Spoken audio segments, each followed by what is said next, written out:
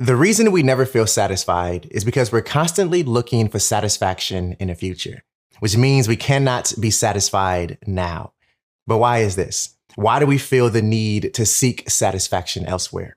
Why are we drawn to the act of chasing the next best thing when, in most cases, we have everything we need to be satisfied, to live our best life, an extraordinary life, right here in front of us? So now the question becomes, what is the root issue for why we're never satisfied? Here are 4 reasons for you to take with you and think about, and as a fair warning, you might want to hold on to your seat. Number 1, you don't know what you want. A lack of direction can quickly lead to feelings of dissatisfaction, confusion, and frustration. I mean, you know that there's more to life than what you're currently experiencing. And deep down, you also know that you haven't even scratched the surface of your full potential. But the sad reality is you can't break out of this cycle because you don't know what you want. But what if I don't know that I don't know what I want? Great question. See, because life is constantly moving and changing, it ends up being a lot to handle at times. So our natural instinct is to confine ourselves to something we call our comfort zone, routines we're used to. And sometimes it takes a huge reality check, like a breakdown or a breakup or the loss of a loved one, for us to realize that, wait, maybe I should change my life and figure out what I want, because in this moment, I don't really know. Now, if that's you, here's a simple homework assignment. Take some time over the next few days to think about you, your life, and your dreams. What do you want? What makes you happy? What does your extraordinary life look like? Then all you have to do is start taking action now, not later, off in the future, or after something else happens. Right now. It's the only way to start feeling satisfied. Number 2, you're ignoring the thing you want and chasing an easier goal. Now, unlike the last reason we talked about, let's say you know exactly what you want, but fear is the main thing holding you back and stopping you from pursuing that thing you want. So instead of doing what you want, you settle for chasing an easier short-term distraction. Why? Because it feels more within reach. Maybe it's something you're already familiar with, or maybe it's something you know for certain you can achieve. Again, this goes back to the idea of being in our comfort zone and not challenging ourselves.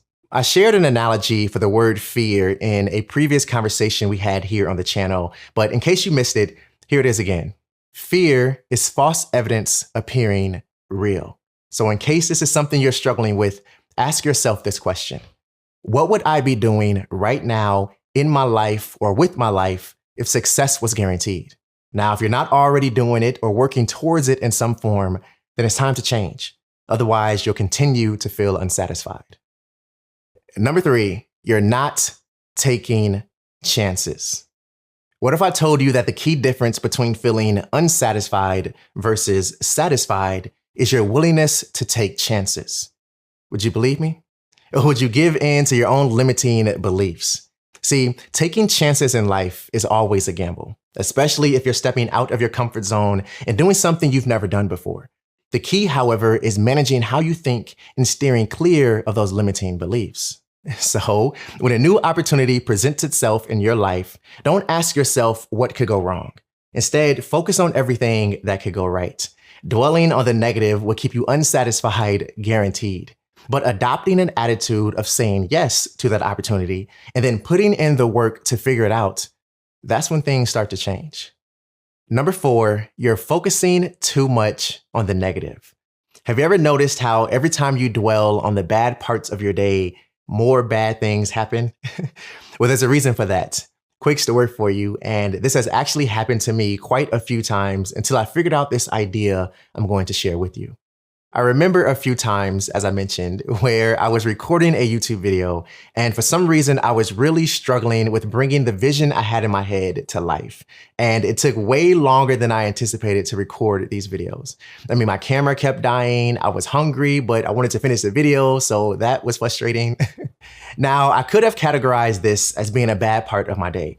In fact, I'm pretty sure I did, which is why my frustration was continuing to rise. But I quickly learned, however, as I've mentioned before on this channel, that there's a lesson to learn from every circumstance we face.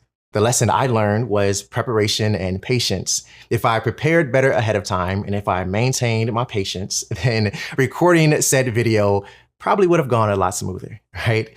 See, I shared that with you to say this. When something bad happens or when you start to have a bad day, hit pause for a moment and make a shift in your thinking by asking yourself, what is this trying to teach me?